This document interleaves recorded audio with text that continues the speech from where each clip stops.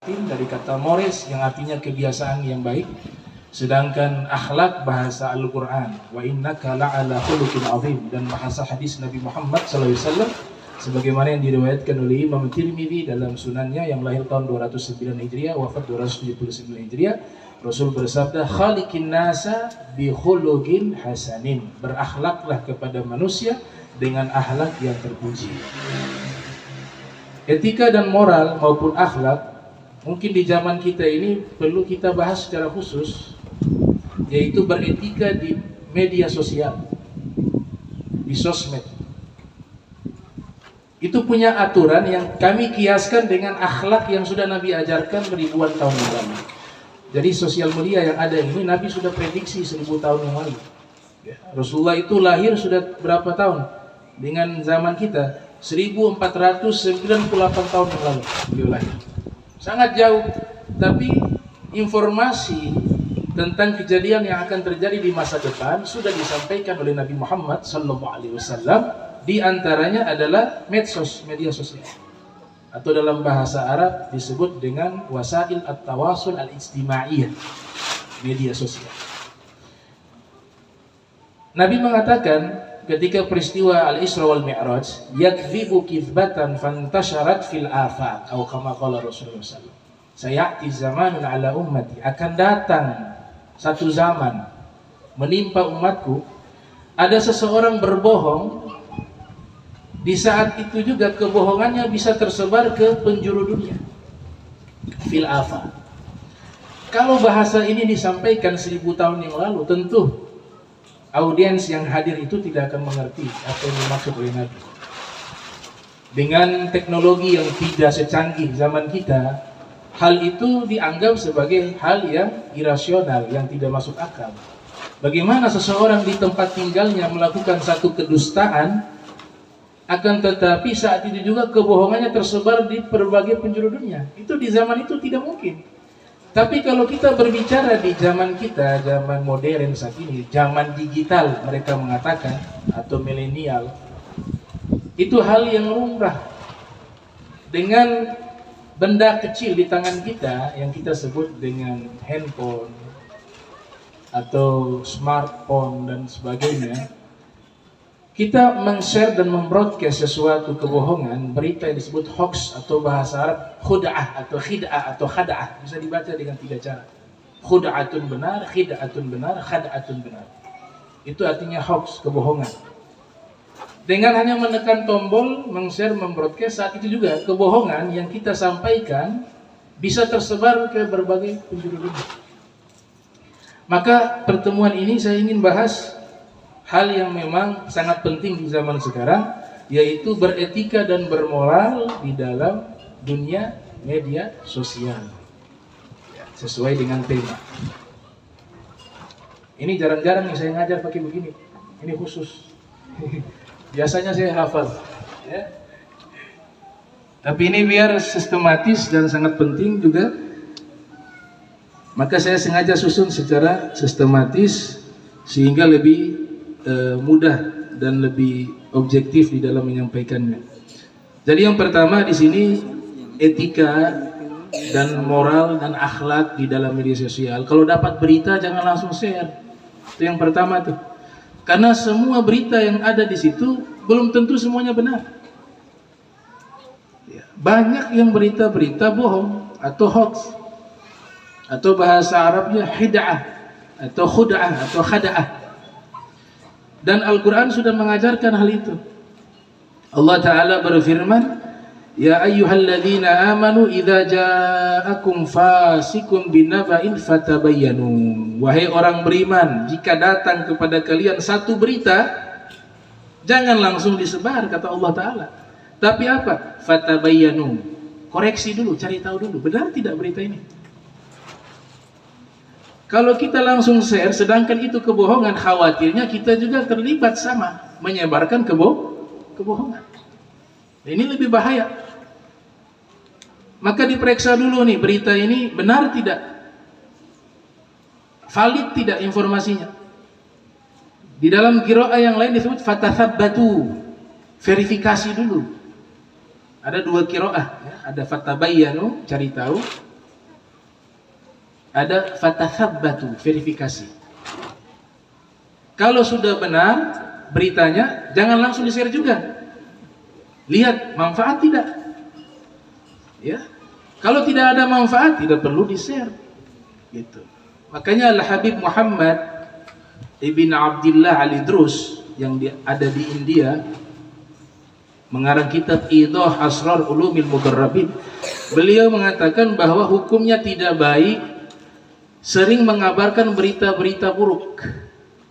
Datang ke rumah orang, bertamu, ceritanya semuanya keburukan. Berita-berita yang tidak baik. Akhirnya suasana hati orang itu yang tadi tenang-tenang ikut menjadi rusak. Beda dengan berita yang ada manfaat, mungkin untuk waspada, ada kejadian ini, di sini ada begini, itu beda. Tapi berita-berita yang tidak ada sangkut paut dengan maslahat, kemudian disampaikan merubah suasana hati, maka itu berita dihindari. Jadi selain kebohongan, berita hoax yang dihindari, yang kedua adalah berita-berita, kabar-kabar yang tidak memberikan manfaat, itu juga jangan di-share. Dan biasanya orang kalau bercerita, apapun yang dia baca dan apapun yang dia dengar, ketika dia sampaikan kembali pasti ada yang kurang atau lebih. Kalau itu terus disampaikan secara tasalsul dari 10 orang, maka berita awal itu pasti akan berubah. Karena sudah melalui dari telinga satu ke telinga lain, sehingga yang informasinya itu dari awal yang disampaikan kepada orang yang ke-10 bisa berubah. Itu dikatakan oleh Rasul, kafa bil mar'i kizban an yuhadditsa bi kulli ma sami'a. Hadis riwayat Muslim, cukup seseorang itu berbohong, dia menceritakan seluruh apa yang didengar. Semua yang kita dengar, kita ceritakan, Nabi katakan itu dikatakan suatu kebohongan. Karena pasti ada yang kurang atau lebih. Ya, sehingga kita bicara ya, selama ucapan itu baik silakan sampaikan. Kalau omongan itu tidak ada kebaikan, diam. Ya. Man kana yu'minu billahi wal yawmil akhir falyaqul khairan aw liyasmut. Siapa yang beriman kepada Allah dan hari akhir, berkatalah baik. Kalau tidak bisa berkata baik, diam, kata Nabi Muhammad sallallahu alaihi wasallam.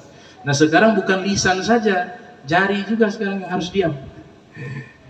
Ya, jari ini dia fungsinya layaknya lisan.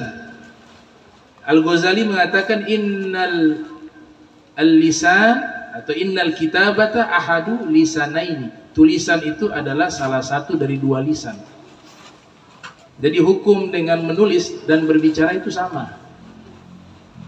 Mohon maaf, orang yang bisu ketika menikah ijab qabul, dia tidak mampu melafadzkan ijab qabul karena ma'adzur, lisannya bisu.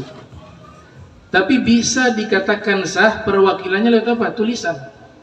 Saya terima nikahnya fulanah bin fulan binti fulan, dia tulis sah.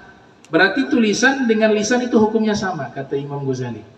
Nah, jadi kita lisannya pendiam, tidak banyak bicara, tapi jari-jarinya aktif menyebarkan fitnah, menyebarkan kebohongan, mengadu domba orang lewat jari-jari dan di-share dan di-broadcast lewat media sosial, hukumnya sama dengan lisan. Itu etika yang pertama. Kemudian yang kedua, hukum memotret dan mengupload video. Ini juga kadang-kadang ada yang meng-share foto jenazah yang sudah meninggal. Di sini para ulama mengatakan meng-share foto jenazah orang yang sudah meninggal memang tidak mutlak haram, tapi harus dirinci di sini. Kalau jenazah itu waktu meninggal bagus, mukanya ada cahaya, ya, cerah, kemudian senyum wajahnya, justru dianjurkan kita share. Kenapa? Terpacu dengan orang tersebut, kok bisa dia meninggal senyum? Amalnya apa sih? Oh dia ini rajin, sedekah, orangnya baik, orangnya silaturahminya baik, akhlaknya baik, suka menolong orang dan seterusnya. Akhirnya apa? Kita termotivasi ingin mengikuti amalnya. Karena dia meninggal dalam keadaan senyum. Ada kitab namanya Husnul Khotimah, ditulis oleh ulama terdahulu. Tanda-tanda orang yang meninggal baik, Husnul Khotimah itu kalau meninggal wajahnya senyum. Atau meninggal di hari yang baik, hari Jumat, malam Jumat. Sebagaimana hadis Nabi mengatakan, man mata yaumal jum'ati aw lailataha waqahullah min azabil qabr. Siapa yang wafat di hari Jumat atau di malam Jumat, Allah menjaganya dari azab kubur.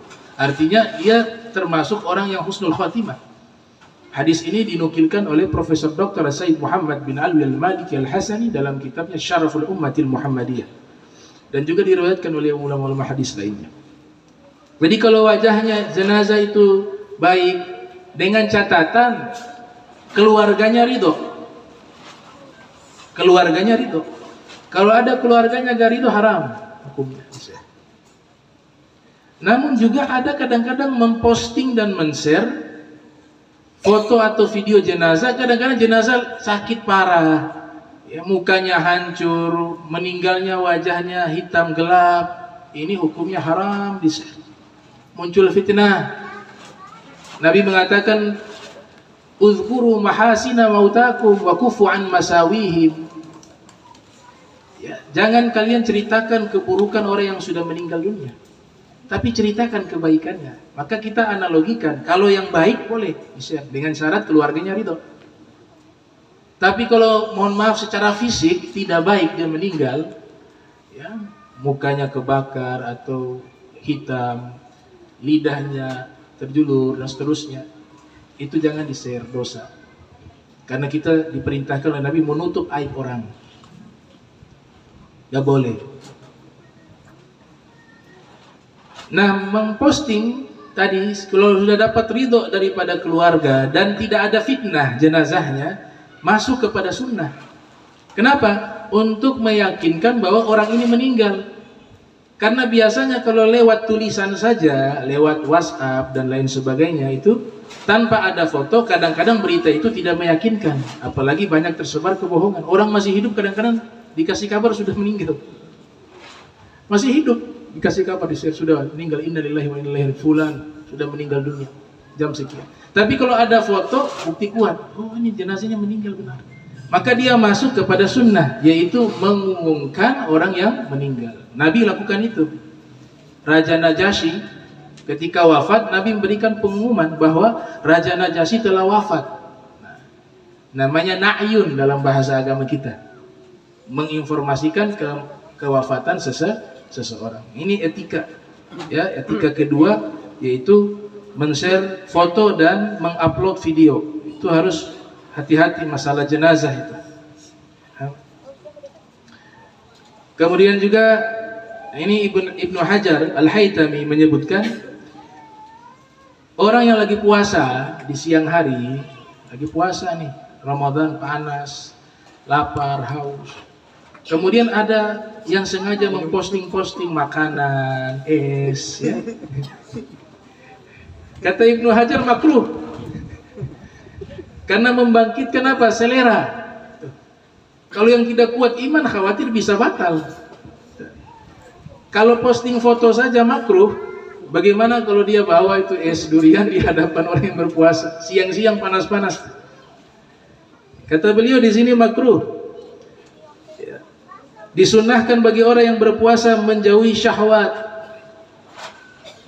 menjauhi, sunnah. Jangan nonton acara-acara makan dulu deh, nanti buka puasa baru nonton. Kecuali dia punya hisnun wa qawi fi nafs, dia mampu tidak tergoda dengan itu, silakan. Mungkin jadi referensi untuk masak makanan buka puasa, nonton dulu deh. Nah itu boleh itu, ya. Karena ibu-ibu yang masak juga tidak dilarang mencicipi makanan yang dimasak untuk berbuka puasa. Cicip ya, bukan makan. Taruh di lidah gitu aja. Oh ini kurang gula nih, oh ini kurang garam nih, ya. Karena ada beberapa salah paham. Disunahkan mencicipi, dianggap mencicipi itu makan. Jadi dirasa nih, ditelan kemudian batal puasa. Cicip, oh ini kurang garam, ini kurang gula. Nah, kalau sebagai bahan referensi untuk masakan berbuka puasa dan dia mampu menjaga itu, tidak makruh. Hukumnya malah dianjurkan. Ini kata Ibn Hajar Al-Haytham di dalam kitab Manhajul Qawim fi Syarh Muqaddimah Hadramiyah, yang lahir tahun 909 Hijriah, wafat 974 Hijriah. Beliau mengatakan disunahkan bagi orang yang berpuasa menjauhi syahwat mubah yang tidak sampai membatalkan puasa, misalnya seperti merasa nyaman dengan sesuatu yang didengar, dilihat, disentuh, dan dicium. Dicium juga sama. Tuh.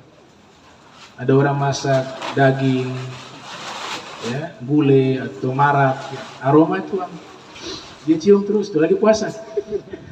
Wah, enaknya baunya, itu makruh tuh. Makruh. Menurut Ibn Hajar Al-Haytham, seperti mencium aroma parfum minyak wangi, kalau gahru tidak makruh. Lagi puasa kita bakar gahru, asap itu makruh. Ada adat para ulama demikian. Ya, karena asap tidak membatalkan puasa. Sesuatu yang masuk ke hidung dan sulit dihindari, asap, aroma wangi, tidak membatalkan puasa. Tidak membatalkan puasa.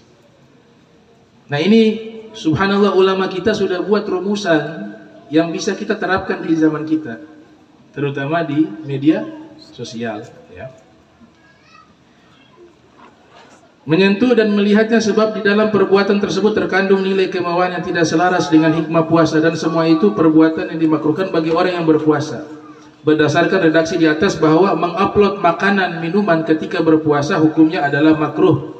Hal ini dikarenakan dapat menarik perhatian pandangan orang lain, dan saat melihatnya muncul gairah tersendiri, terutama dilihat oleh orang yang lapar dan haus karena puasa. Ya, jadi alasannya itu kenapa makruh. Foto di saat sedang makan tidak disukai. Dan ini kemudian juga adab nih. Para ulama-ulama itu paling tidak senang ketika lagi makan di foto. Ya, itu gak boleh itu. Ada ulama-ulama sedang makan tuh, ini sibuk foto. Itu pantangan sekali, ya, sehingga beberapa ulama kadang-kadang mereka seperti Habib Zain bin Smith, Al-Habib Umar bin Muhammad bin Salim bin Hafiz, kemudian ulama-ulama di Mesir seperti Dr. Syekh Ali Jum'ah dan ulama-ulama lainnya. Nah mereka itu tidak senang jika lagi makan di foto. Bahkan dapat informasi dulu Putri Diana Inggris waktu datang ke Indonesia diajak makan oleh pejabat dan pemerintah yang ada waktu itu. Diajak makan, di depan ini wartawan nih, foto. Itu Putri Diana tidak mau makan. Ditanya kenapa? Bagaimana saya makan sedangkan di depan saya ini kamera semua foto saya lagi makan. Jadi bagi mereka itu melanggar etika. Orang lagi makan. Maka itu tidak boleh difoto, tidak boleh juga diupload fotonya. Ya. Kemudian yang ketiga, men-share video ceramah ke grup WA guru. Ini juga perlu diperhatikan. Maksudnya guru yang setempat di situ. Kalau guru yang di luar kota, di luar negeri gak ada masalah. Begini, kita punya grup WA Majelis Taklim. Masing-masing kan zaman sekarang punya tuh WA Majelis Taklim ini. Sedangkan tinggalnya satu daerah nih. Guru yang lain ini tinggalnya satu daerah. Kita postingnya guru yang lain ke majelisnya. Itu gak boleh, itu usul adab. Gak boleh. Kalau ulama luar silakan. Tapi yang tinggal mungkin gak boleh. Itu menyinggung perasaan guru. Sekalipun gurunya mungkin ada yang tidak masalah dengan itu, tapi sebagai murid harus tahu etika dan akhlak. Gak boleh seperti itu. Seperti juga kita mengatakan di hadapan guru kita, wahai Syekh, Ustadz sana bilang begini. Ini tapi lagi bicara sama guru nih, hukumnya begini, itu gak boleh. Gak boleh. Jadi selama ada guru di hadapan, satu-satunya guru terbaik dia di hadapan kita. Gak boleh berita-berita yang setempat itu, guru-guru yang di tempat tinggal yang sama, di wilayah yang sama, kita share ke majelisnya, gak boleh. Kalau untuk acara boleh, tapi untuk video-video itu akan terganggu. Ya, itu namanya etika. Etika dan akhlak. Atau juga minta sumbangan, ya. Dia punya majelis sendiri tapi minta sumbangan di grup WA-nya majelis ini. Sedangkan majelis ini juga butuh sumbangan. Ini etika yang memang kadang-kadang terjadi sehari-hari, ya. Tapi kalau orang yang hatinya sudah bersih tanpa dia diajarkan dia paham. Bedanya tuh. Orang memang dasarnya baik nih. Hatinya bersih, Itu tanpa ada penjelasan hukum dari para ulama, hatinya sudah berfatwa itu salah, jangan. Gitu. Cuma kadang-kadang ya manusia, ya kadang-kadang khilaf dan seterusnya. Jadi gak boleh, kalau mau sumbangan grup sendiri dah. Gitu. Jangan masuk ke tempatnya orang. Gitu. Nanti ada maraju lagi, yang satu punya yayasan lagi, saya punya gak bisa, di sana bisa. Nanti kalau yang ini bisa, semua itu akan share di grup WA tersebut. Padahal yang punya grup itu juga lagi butuh sumbangan. Itu etika yang diajarkan ya. Dan ini saya berbicara berdasarkan rujukan kitab. Itu bisa dilihat di kitab Akhlaq lil Banin. Tapi yang saya maksud di sini isyaratnya. Kalau penjelasan seperti ini nggak ada. Ya, karena ini masalah baru, masalah kontemporer. Kitab Akhlaq lil Banin karya Syekh Umar Baroja di Surabaya. Ini beberapa etika yang ketiga. Kemudian menghindari viral dan ikhlaskan niat. Ini khususnya bagi penceramah juga. Gak boleh niat untuk terkenal, haram. Dakwah saja. Ada kaidah mengatakan kalau mau terkenal gampang, khalif tu'raf. Kau buat yang aneh akan terkenal. Misalnya sekarang saya ceramah mengatakan minum khamar itu halal. Saat ini saya katakan, video saya diposting, walaupun saya dicaci maki, tapi saya akan terkenal. Gampang kalau zaman sekarang ini terkenal nih lewat media sosial. Khamar itu halal. Haram waktu zaman Nabi saja, ya. Tahun 3 Hijriah misalnya. Ini jangan di-share lagi. Contoh. Buat yang terkenal itu gampang. Jangan niat viral, namanya syuhra. Para solihin sukanya khumul. Kalau boleh tidak terkenal. Kalau kita lihat ada ulama-ulama terkenal, ya, ini saya husnuzon, mungkin mereka juga tidak mau. Tapi memang Allah angkat derajatnya gitu. Gak perlu cari itu repot. Ya. Dan orang yang terkenal hidupnya gak enak. Kemana-mana dibatasi. Mau ke sana, orang minta foto dan seterusnya, mau kemana-mana, jadwalnya repot, sama keluarga juga waktunya kurang. Enak deh, gak terkenal di rumah, ada waktu sama anak, sama istri, sama keluarga dan seterusnya. Jadi gak boleh niat syuhra, harusnya khumul. Khumul itu lawan dari viral, ya. Kalau bahasa sekarang viral. Kemudian ikhlaskan niat di dalam melakukan segala amal yang ada di media sosial. Innamal a'malu binniyat. Semua amal tergantung niat kita. Nah, yang kelima ini penting nih. Cuma akan banyak yang tersinggung. Itu apa-apa dah, kebaikan, ya. Saya juga mengoreksi juga. Ya, jangan suka narsis tuh. Narsis share diri sendiri. Lagi kayak foto ya, pas. Kalau orang foto, orang share beda. Tapi dia punya niat untuk pamer kepada orang lain. Ini saya punya kegiatan padat, mau tunjukin niatnya apa? Biar orang tahu luar biasa saya sudah terkenal sekarang ini. Di share dirinya sendiri. Hadza haram. Kenapa? Maksudnya apa? Riya wa sum'ah. Apalagi kontennya isinya dakwah. Sudah, kalau yang mubah-mubah itu silakan. Kalau kontennya dakwah gak boleh.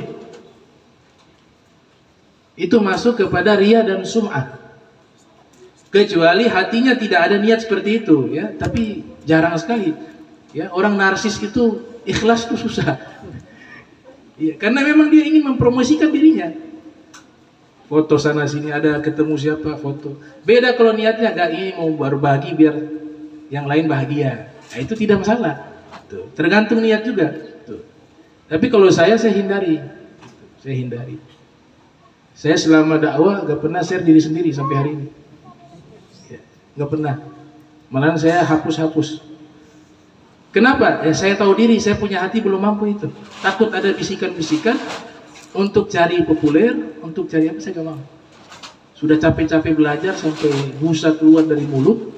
Rusak gara-gara hanya masalah pamer, rugi. Sudah begitu dosa dicatat oleh Allah Ta'ala. Na'udzubillah min dzalik. Nah, kemudian juga ini yang penting juga. Ini yang terakhir, ya. Orang yang sudah pakai hijab untuk perempuan sudah menutup aurat dengan baik, ya kan? Masa lalunya itu tidak pakai hijab. Kita harus akui sesuatu yang salah adalah salah, sesuatu yang benar adalah benar. Jangan ngotot gitu. Allah lebih senang orang yang tahu diri, saya masih banyak kekurangan. Walaupun dia salah, tapi merasa dirinya bersalah, itu jauh lebih baik dibanding orang yang salah, ngotot tidak salah. Merasa tetap saya benar. Nah, ibu-ibu dan saudari-saudari yang saya muliakan, yang sudah berhijab dan dahulu masa lalu tidak berhijab dan ada fotonya, ada videonya, jangan di-share kembali ketika sudah berhijab. Itu namanya mengulang lagi perbuatan dosa. Kan ada tuh yang ulang tahun tuh, foto saya yang dulu, saat ini dia sudah berhijab nih. Tapi karena dia ulang tahun, dia share di media sosial foto-foto lama yang dia tidak berhijab, dia keluarkan kembali, dia posting kembali. Berarti lakukan dosa gratis. Dilihat lagi auratnya oleh orang. Nah, ini beberapa etika berkaitan dengan media sosial. Mungkin itu yang bisa saya sampaikan, mudah-mudahan bisa bermanfaat.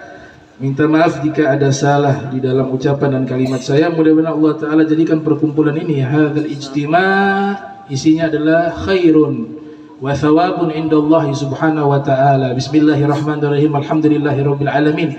Allahumma salli wa sallim ala sayyidina Muhammad wa sayyidina Muhammad.